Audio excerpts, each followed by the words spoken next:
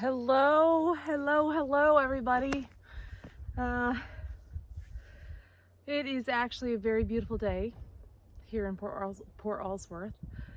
The sun is shining, which we don't get that a whole lot, so we definitely take advantage of it. But I brought you to this little spot right here because I just found it yesterday. And it's like 150, 200 footprints from my front door. Oh my God, it's so beautiful. I'm gonna show this place to you. So this is just a big old cliff, right? But look at this lake.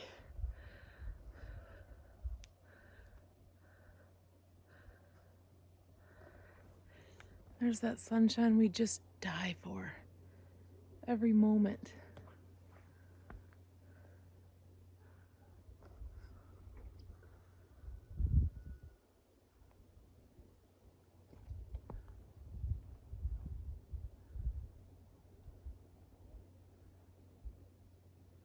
The big mountain behind that tree is Mount Tenillion. See if I can move over just a little bit. Hopefully you can see the sun on its peak. It's absolutely beautiful. And then there's just more mountains. 360 degrees.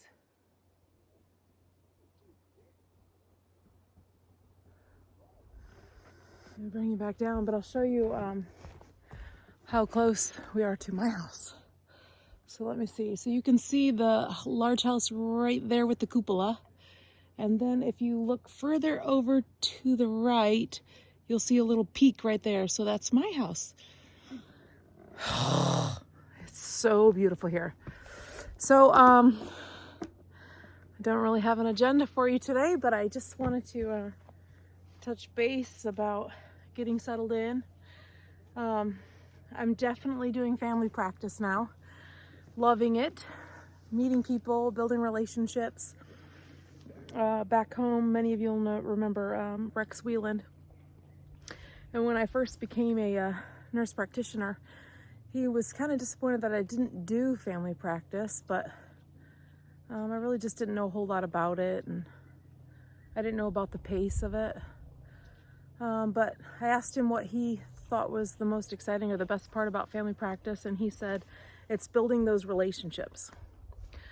So I guess I get what he was talking about, because it is pretty cool to be able to get parents through a sick child.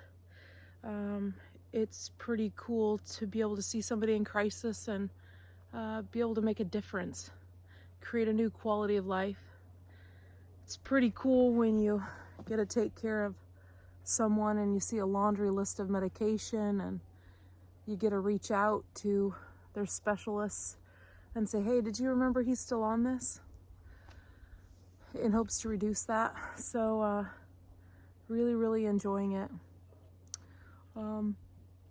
Starting to understand how the whole medevac system works here, because we just don't have roads in or out. It's only planes. So, you know, a lot of the families, which there's a lot of really close-knit families, large families, that have all just stayed together, and someone is either part owners with someone in the family is part owners with one of the airlines, or someone flies for the airlines, or someone is a mechanic for the airlines. So there's always this buddy and honor system where everyone kind of just puts the village first, and then, you know, the state and the country follow behind. But, you know, they've learned to really become independent. So it's just a beautiful thing. And, you know, I'm still creating a comfort zone. I'm still creating a foundation where they can trust me. So that's just an ongoing, continual thing. But I'm really kind of getting acclimated. My partner, a nurse practitioner that I work with, she's from Arkansas. She's beautiful. And of course, as you can imagine, she has an accent that goes with it. So I feel like sometimes I might be picking up on some of her slang or lingo. But it's just so beautiful. If she could read me the phone book, I'd let her. 2 or 3 times maybe. But yeah, just really getting settled in and finding my niche, still learning the, you know, the whole electronic health record system, because it's so different from what I'm used to back home, Epic. So that right there is probably my biggest hurdle, is making sure that I get all my documentation done. I don't know what I don't know, and that's the biggest hurdle. But I've definitely, you know, kind of settled into this way of life, and it's just a beautiful life here.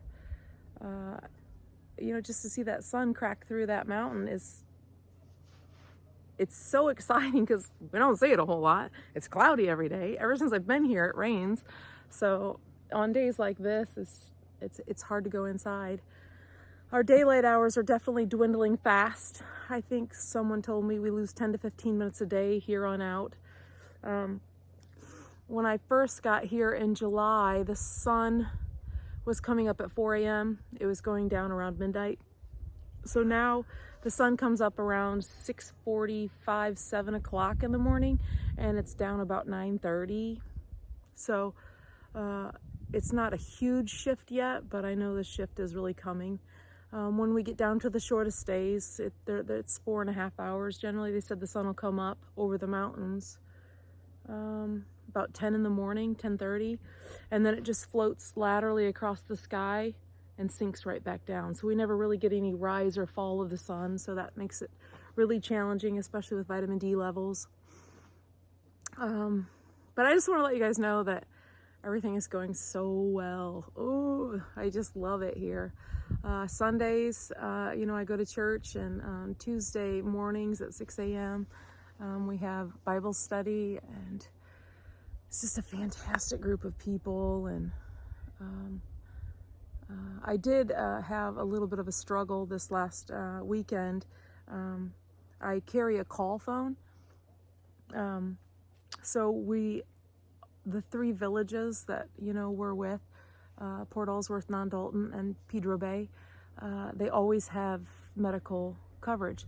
So the problem with having that call phone all the time is I have to always be within cell phone range, and it's very narrow range out here. So I have to usually be at home or at work or along one of the actual airport runways. So I haven't been able to do a lot of hiking or climbing of the mountains, which is a good stress reliever for me. Many of you know I like to box, so I'm doing a lot of boxing. Last night I did do a run walk up and down the one runway, which really felt good, just to kind of like exert some of that energy. But I don't know, transitioning pretty well, I think.